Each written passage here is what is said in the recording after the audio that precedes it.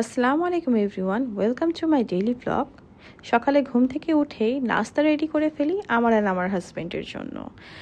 নাস্তা শেষ করেই আমার হাজব্যান্ড অফিসের জন্য রওনা হয়ে যায়। রুমে এসে দেখি আমার বাবু একা একাই খেলতেছে। ওর সাথে কিছুক্ষণ খেলা করে ওকে তাড়াতাড়ি গোসল করাই দিই। 11টার মধ্যে আমি ট্রাই করি ওর গোসলটা যেভাবেই হোক শেষ করে দেওয়ার। গোসল করানো শেষ করে বাবুকে তাড়াতাড়ি করে ঘুম পাড়িয়ে দিই। যেহেতু বাইরে কিছু কাজ আছে, আমাকে বাইরে যেতে হবে, তাই তাড়াহুড়া করে দুপুরে লাঞ্চের ব্যবস্থা করি। আমার হাজব্যান্ড বসে তাড়াতাড়ি করে লাঞ্চ করে রেডি হয়ে থাকতে, ও আমাদের নিতে আসবে। তাই বেশি কিছু না, নিজের জন্য কিছু বেগুন ভাজা, ইলিশ মাছ ভাজা তাড়াহুড়া করে ফেললাম। আচ্ছা বলেন তো, সাদা ভাতের সাথে এরকম বেগুন ভাজা, ইলিশ মাছ ভাজা খেতে আপনাদের কেমন লাগে? আমার কিন্তু অনেক ভালো লাগে। সাদা ভাতের সাথে এই কম্বিনেশনটা খুব ভালো যায়।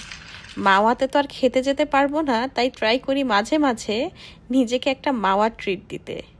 যাই হোক, এই তো লেজ ভর্তা রেডি করতেছি, সাথে পেঁয়াজ কুচি, শুকনা মরিচ ভাজা, লবণ আর সামান্য সরিষার তেল।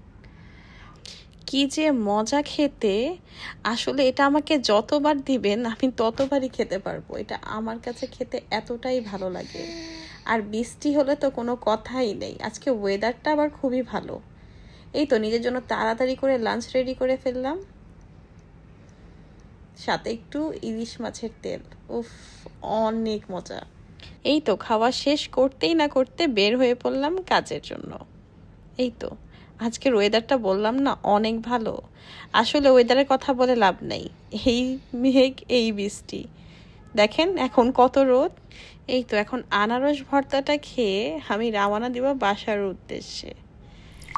বাসায় ফিরতে ফিরতে সন্ধ্যা হয়ে পড়ে, খুব টায়ার্ড লাগতেছে, কিন্তু এত ক্ষুধা পেয়েছে আমাদের দুজনারই।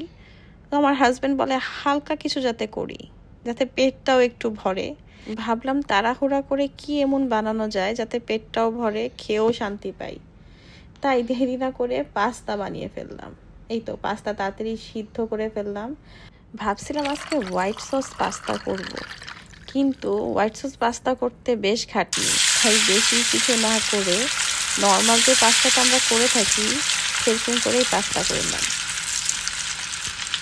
এই পাস্তা রেডি করতে করতে বাবুর কাছে যে কতবার যাওয়া লাগছে বলার বাইরে। কি তাড়াহুড়া করে করব।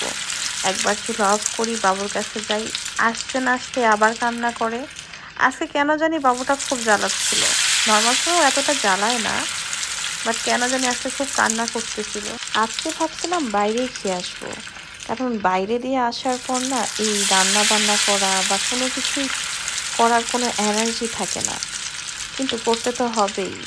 বাইরে খাইনি কারণ হলো বাবু গাড়িতে ঘুমিয়ে পড়ছিল। ওই ঘুম থেকে উঠায় নিয়ে যাওয়া, রেস্টুরেন্টে বসা, কেন জানি। আর আমরা দুজনই অনেক টায়ার্ড হয়ে গেছিলাম, ভাবছি বাসায় চলে আসি, কিন্তু বাসায় আসার পর যে এত ক্ষুধা লাগবে এটা আমরা কেউই বুঝিনি। এই তো কথা বলতে বলতে পাস্তা বানানো শেষ। আর হ্যাঁ, এই পাস্তা বানানোর ফুল ভিডিওটা অবশ্যই আমি আপলোড করে দিব। এই তো আমার পাস্তা রেডি। এত ক্ষুধা লাগছে, আমার মন যাচ্ছে পাস্তাটা এভাবেই খেয়ে ফেলি, বাট আমার হাজব্যান্ড বলল ওভেন বেক পাস্তা খাবে, তাই এই তো পাস্তা ওভেনের জন্য রেডি। বেক করতে দিয়ে দিলাম প্রায় 25 থেকে 30 মিনিটের জন্য। এই তো রেডি টু ইট। পাস্তাটা অনেক মজা হয়েছে।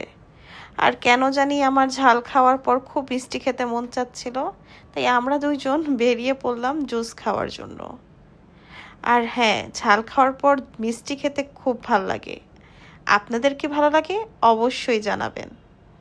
এই তো আজকে এই পর্যন্তই। আল্লাহ হাফেজ।